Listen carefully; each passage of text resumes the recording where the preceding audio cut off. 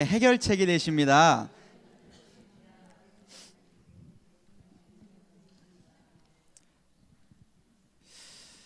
맞습니다. 예수님만이요 우리의 유일한 해결책이십니다. 이 히브리서는 박해와 고난으로 낙심하던 교회 공동체를 향해서 쓰였어요. 자꾸 어려움이 찾아오니까 사람들이 견디지 못해서 배교하게 되고 교회로부터 이탈하게 되는 겁니다. 그래서 히브리서 저자는 그들을 향해서 이 본문의 말씀을 통해 어려움을 헤쳐나갈 해결책을 제시하고 있는 거예요. 요즘 표현 중에 끝판왕이라는 표현이 있습니다. 들어보셨나 모르겠어요. 이 게임에 나오는 표현이라고 하더라고요. 마지막에 가면 그 게임의 왕, 대장이 등장하지 않습니까? 원래 결승전에서 만나는 상대가 제일 어렵듯이 제일 마지막에 만나는 상대가 제일 강한 거예요. 그래서 마지막 판, 끝판왕, 그만큼 어렵다라는 표현으로 씁니다. 조금 이따가도 말씀을 드리겠지만요, 오늘날 우리가 살아가는 이 시대가요 바로 그 환난과 어려움의 끝판왕과 같은 시대입니다. 이전에 이만큼 어려웠던 시기가 없었다 할 정도로 어려운 시기를 살아가고 있어요. 우리뿐만 아니라요, 사실 히브리서가 쓰여질 당시의 교회들도 그랬습니다. 이 끝판왕과 같은 시기, 이렇게 환난과 고난이 찾아오는 어려운 시기에서 너무 힘든 거예요. 그래서 좌절하고 무너져 내렸습니다. 그래서 히브리서 기자가 그들에게 이 히브리서 본문의 말씀으로 이야기해 주는 거예요. 여러분, 끝판왕만 있는 게 아닙니다. 끝판왕이 있으면 끝판왕을 물리칠 수 있는 무기도 있어요. 그 무기가 바로 예수님이십니다 라고 이야기하는 거예요. 저와 여러분에게 이 믿음이 먼저 있게 되기를 소망합니다. 이 세대를 이겨나갈 수 있는 유일한 무기, 유일한 해결책, 그분이 바로 예수님이신 거예요. 우리 그런 마음 가지고 1절 말씀 다시 한번 읽도록 하겠습니다. 본문의 1절 읽도록 하겠습니다. 시작. 옛적에 선지자들을 통하여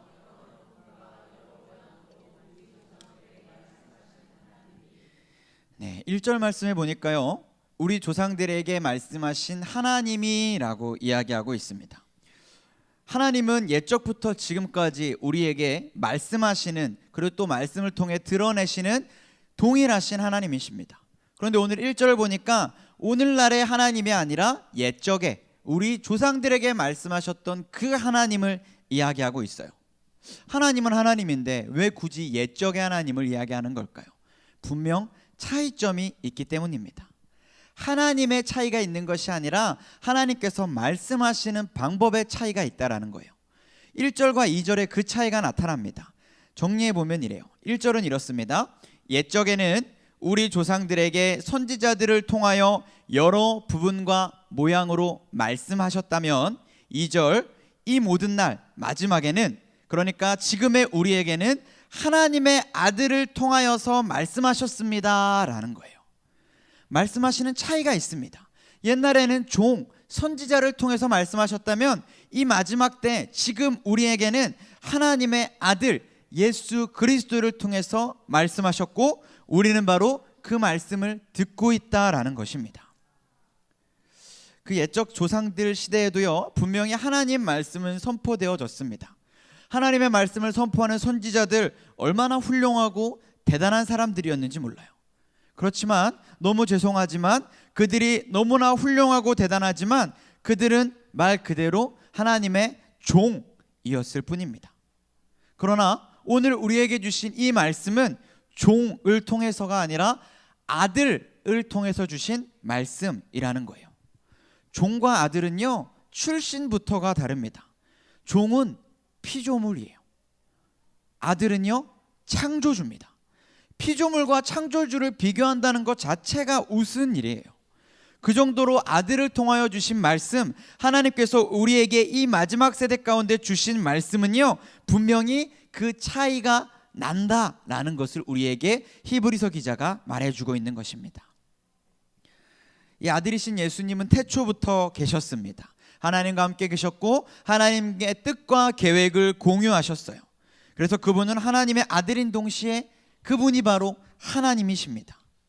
예수님을 통해 들은 모든 말씀은 곧 하나님의 음성이자 가장 하나님다운 말씀을 우리에게 주신 거예요. 앞에서 잠깐 말씀드렸습니다. 히브리서가 쓰여질 당시 교회 공동체와 그리스도인들은요, 많은 어려움을 겪고 있었어요. 물론 외부로부터 오는 고난과 핍박도 있었지만 그들이 정말 어렵고 힘들었던 것은 무엇이냐면, 무엇보다 그들의 믿는 믿음의 뿌리가 흔들리고 있었다라는 거예요. 그 당시 유대인 개종자들은요, 유대교로부터 그리스도교로 개종했던 이들은요, 예수님에 대한 이해도가 부족했습니다. 예수 그리스도가 어떤 분이고 그분이 도대체 내 삶에 어떤 의미가 있는지에 대해서 제대로 알지를 못했어요. 사실 오늘날도 마찬가지지 않습니까? 교회에 들어와서 함께 다니고는 있지만 그렇다고 모두가 예수님을 아는 건 아니에요. 예수 그리스도를 인격적으로 경험하지 못하거나 믿음이 없고 예수 그리스도에 대해서 잘 알지 못해서 그 믿음이 없으니까 나왔다가 금방 떠나가 버리고, 또 좀 믿음이 뿌리 내리는 것 같다가 금방 그 믿음을 잊어버리고 돌아서게 되는 경우들이 있습니다. 당시 유대인 개종자들이 그랬어요. 예수 그리스도를 믿는다 하고 이 그리스도교로 개종해서 들어왔는데 막상 예수님에 대한 이해도가 아직 없는 거예요. 그분이 어떤 분인지 잘 모르는 거예요. 전에도 한번 말씀을 드렸지만 유대교회는요, 천사를 숭배하는 것들이 있었습니다. 그러니까 그들은 예수님도 그 이 땅에 왔던 수많은 천사 가운데 한 분 정도로 여기는 사상이 있었던 거예요. 그러니까 예수님을 우리가 생각하는 것처럼 그렇게 인격적으로 마음 깊숙이 나를 위해 죽으신 하나님의 아들이라고 받아들이지 못한 겁니다. 이해도가 낮은 거죠. 그래서 그 믿음이 뿌리째 흔들리고 있었어요. 그래서 히브리서 저자는 그들에게 말하는 겁니다. 오늘 본문을 통해서 이야기하고 있는 거예요. 너희가 믿는 그 예수님이 너희가 그토록 알고 있던 그 하나님이시다라는 것을 이야기하는 겁니다. 저와 여러분에게 이 믿음이 있어야 합니다. 우리가 믿는 예수님, 그분이 바로 하나님이신 것을 꼭 믿으시기를 바랍니다. 2절 말씀부터 이제 히브리서 저자는요, 하나님의 아들이신 예수님에 대해서 본격적으로 이야기를 시작합니다. 우리 2절 말씀도 한번 같이 읽어보도록 하겠습니다. 2절부터 읽겠습니다. 시작. 이 모든 날 마지막에는 아들을 통하여 우리에게 말씀하셨으니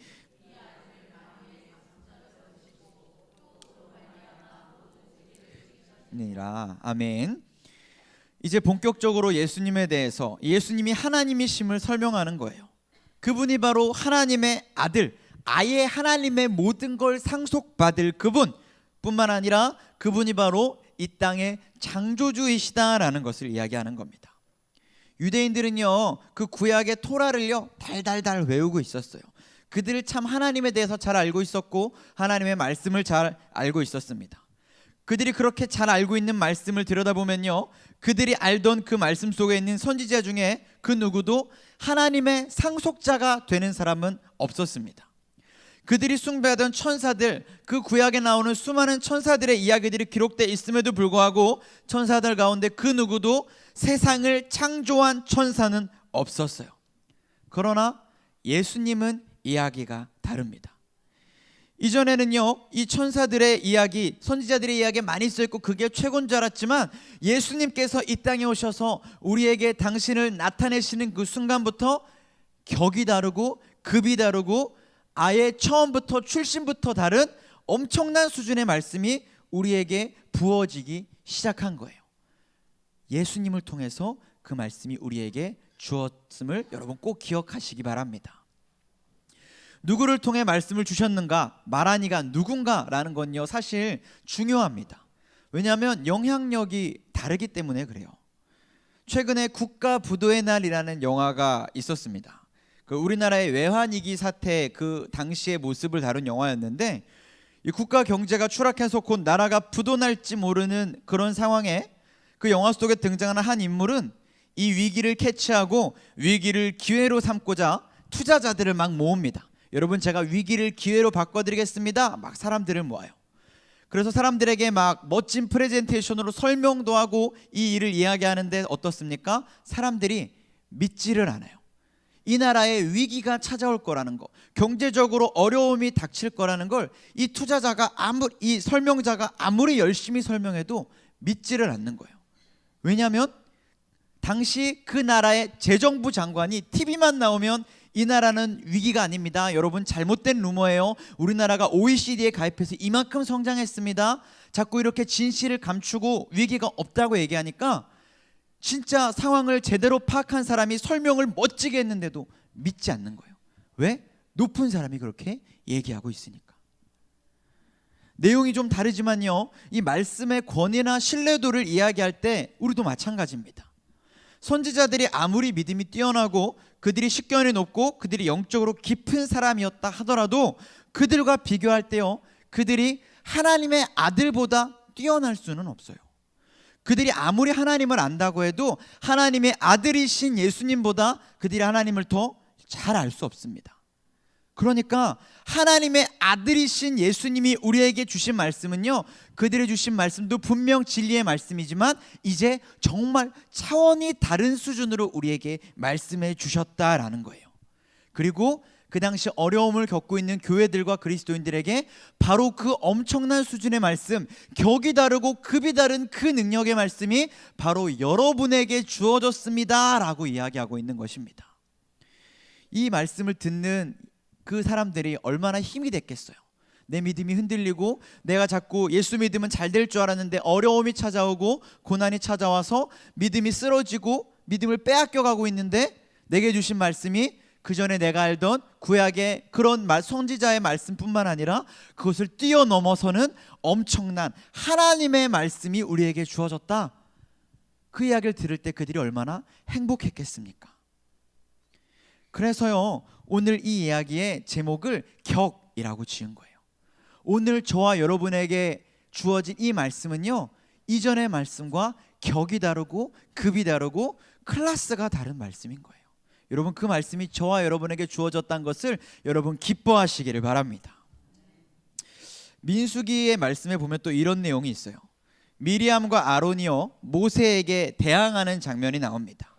뭐라고 하냐면 이렇게 해요. 여호와께서 우리와도 말씀하지 아니하셨느냐라고 모세에게 대항합니다. 모세가 권위를 갖고 있을 때 이 미리암과 아론이 우리에게도 하나님 말씀하신다, 우리도 그 말씀을 듣는다 라고 그에게 대항하는 장면이에요. 그러자 이렇게 대항하는 그들을 향하여서 하나님께서 그들을 부르시더니 어떻게 말씀하시냐면 이렇게 말씀하십니다. 제가 읽어드릴게요. 민수기 12장 6절과 8절입니다. 이르시되 내 말을 들으라. 너희 중에 선지자가 있으면 나 여호와가 환상으로 나를 그에게 알리기도 하고 꿈으로 그와 말하기도 하거니와 내 종 모세와는 그렇지 아니하니 그는 내 온 집에 충성함이라. 그와는 내가 대면하여 명백히 말하고 은밀한 말로 하지 아니하며 그는 또 여호와의 형상을 보거늘 너희가 어찌하여 내 종 모세 비방하기를 두려워하지 아니하느냐. 하나님께서 그렇게 말씀하시는 거예요. 무슨 말씀입니까? 하나님께서 그 많은 선지자들을 사랑하셨지만 그 중에 특별히 모세만큼은 더 특별하게 사랑하셨다라는 거예요. 너네가 모세를 그렇게 대하면 안 돼. 모세는 내가 정말 더 특별하게 생각하는 사람이야. 내가 정말 아끼는 종이야. 하나님께서 모세는 그 선지자들과 또 그렇게 격이 다르다고 지금 말씀해 주신 부분이거든요. 그런데요, 이렇게 모세가 격이 달라서 유대인들에게 여전히 그가 인정받고 존경받는 사람이지만 그런 모세 역시요, 1절 말씀에 기록된 것처럼 옛적의 선지자들에 지나지 않는다라고 지금 히브리서 기자는 이야기하고 있는 거예요. 여러분, 모세 알죠? 모세 정말 대단하죠? 모세 정말 칭찬받는 사람이었죠? 여러분, 그런데 그 모세도 하나님의 선지자 종일 뿐이라고요. 여러분, 그 모세에게 준 말씀과 예수님께서 주신 말씀을 비교하면 안 돼요. 이분은 하나님의 아들이십니다. 그렇게 지금 히브리서 기자가 강조하고 있는 거예요. 모세도 비할 바가 아니랍니다. 누가요? 예수님이 바로 그런 분이라는 거예요. 계속해서 히브리서 기자는 예수님에 대해서 강조합니다. 우리 3절 말씀도 한번 읽어보도록 하겠습니다. 시작. 이는 하나님의 영광의 광채시요 그 본체의 형상이시라.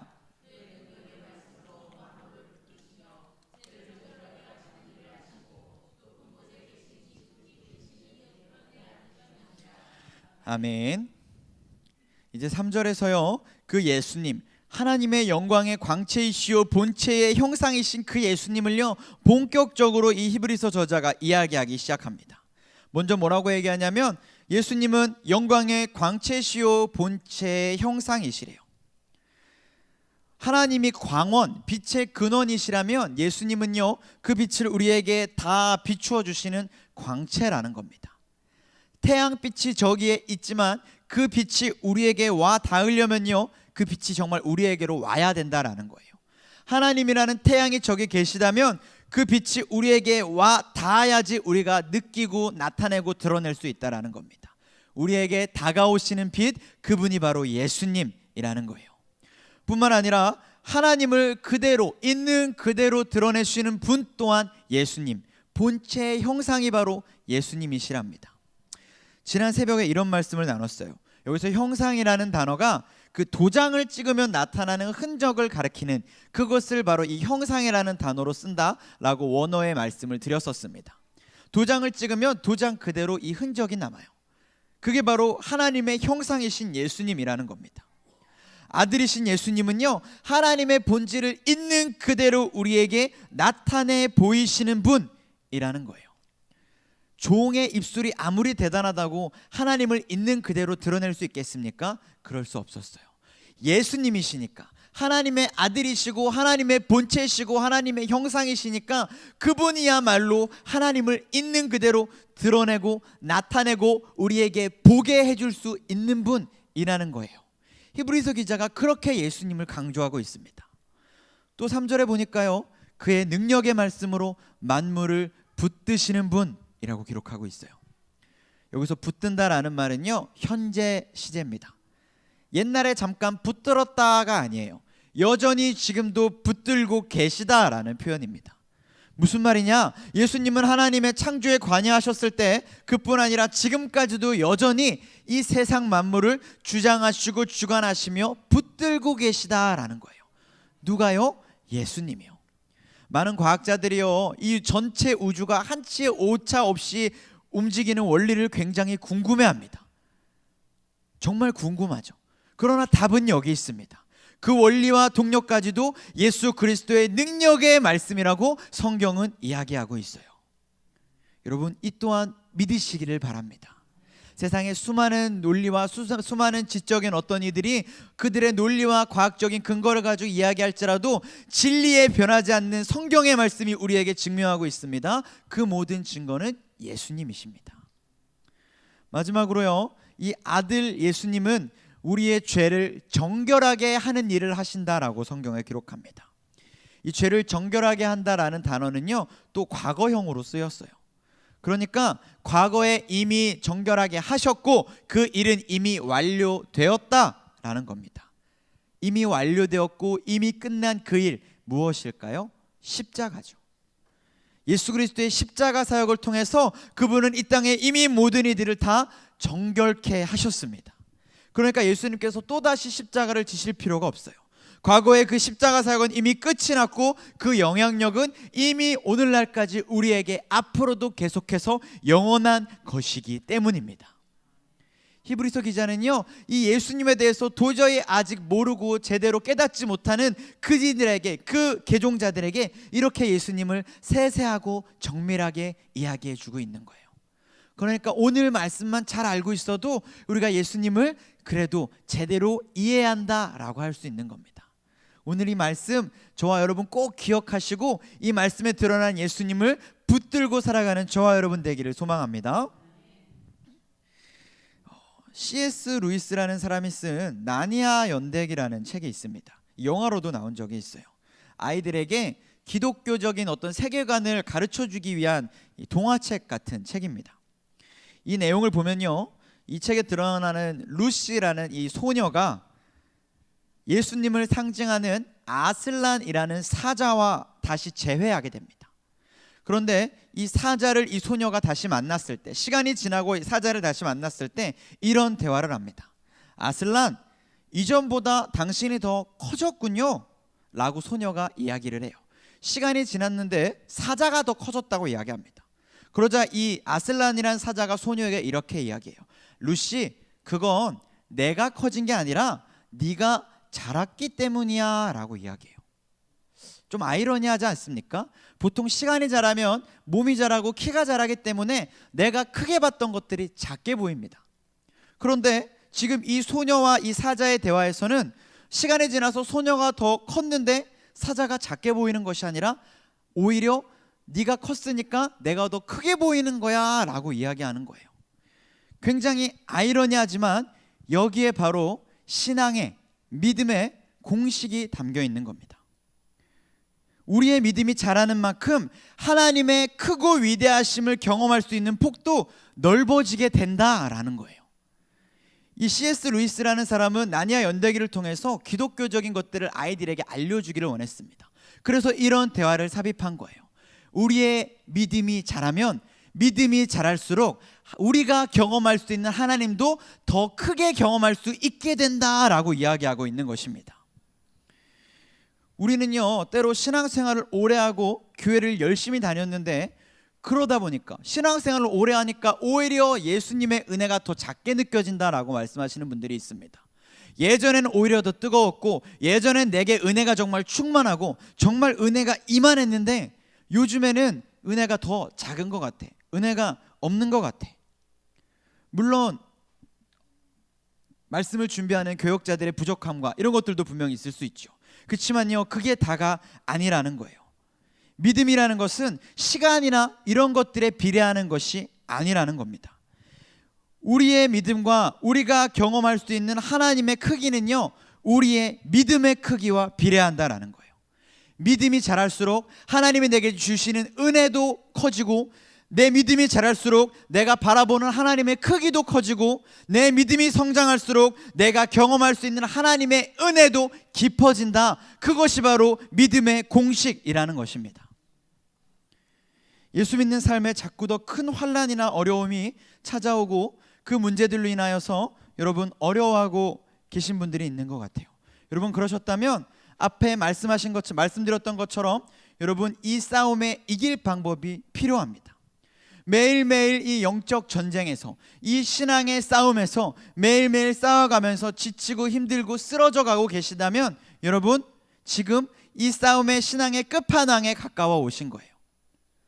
이 신앙의 끝판왕에 싸우고 있다면 여러분 이제 이 끝판왕을 이길 방법이 필요합니다.